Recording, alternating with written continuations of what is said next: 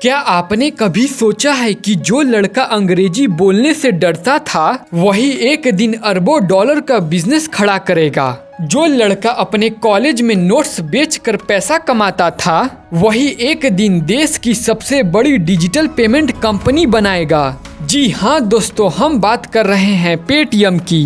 Paytm के founder विजय का जन्म 1978 में उत्तर प्रदेश के अलीगढ़ जिले के एक छोटे से गांव में हुआ था। उनके पिता स्कूल टीचर थे और माँ हाउसवाइफ थीं। घर का आर्थिक हालत बहुत ही ज्यादा कमजोर था, लेकिन विजय को बचपन से ही पढ़ाई में ज्यादा दिलचस्पी थी। सिर्फ 14 साल की उम्र में उन्होंने दिल्ली कॉलेज ऑफ इंजीनियरिंग में एडमिशन लिया। पर असली चुनौती तब शुरू हुई जब कॉलेज में सभी बच्चे अंग्रेजी में बात करते थे और विजय सिर्फ हिंदी में। वे कहते हैं कि मैं समझ नहीं पाता था कि क्लास में क्या पढ़ाया जा रहा है, लेकिन हार नहीं मानी। उन्होंने अंग्रेजी सीखने के लिए पुराने अखबार, मैगजीन और गाने के लिरिक्स को पढ़ना शुरू किया। विजय कॉलेज के दिनों में कुछ बड़ा करना चाहते थे। उनके पास पैसे नहीं थे, लेकिन जुनून और आइडिया था। उन्होंने अपने दोस्तों के साथ मिलकर XS कॉरपोरेशन नाम से एक छोटी सी कंपनी शुरू की जो वेबसाइट और कंटेंट बनाती थी। वे कॉलेज के बाद ऑफिस जाकर क्लाइंट से बात करते थे और रात भर कोडिंग करते थे। उसी दौरान उन्हें इंटरनेट की दुनिया से प्यार हो गया। वे कहते हैं कि इंटरनेट गरीब और अमीर दोनों के बीच का फर्क मिटा सकता है। साल 2000 में जब इंडिया में इंटरनेट नया था तो विजय ने 197 कम्युनिकेशन नाम की कंपनी बनाई।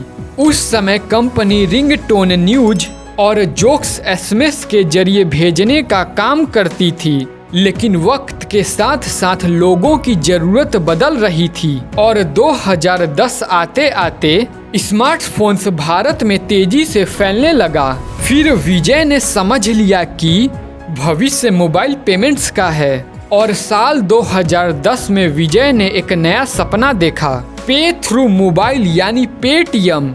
उन्होंने अपने सारे बचत के पैसे, करीब 2 लाख रुपए इस आइडिया में लगा दिया।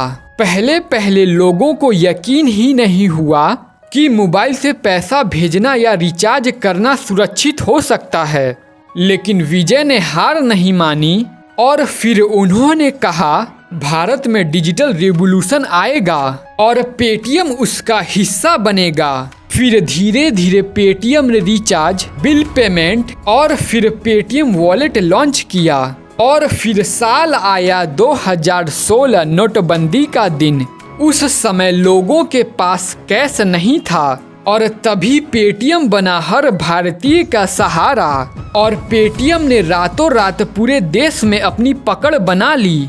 दुकानदार से लेकर बड़ी कंपनियों तक हर कोई बोला पेटीएम करो। फिर पेटीएम सिर्फ पेमेंट ऐप नहीं रहा, अब वे Paytm mall, Paytm bank, Paytm money और पेटीएम इंश्योरेंस जैसे बिजनेस में भी उतर गया है। 2018 तक पेटीएम बन गया भारत का पहला डिजिटल यूनिकॉर्न, जिसकी वैल्यू थी 10 बिलियन से ज्यादा। लेकिन रास्ता हमेशा आसान नहीं रहा।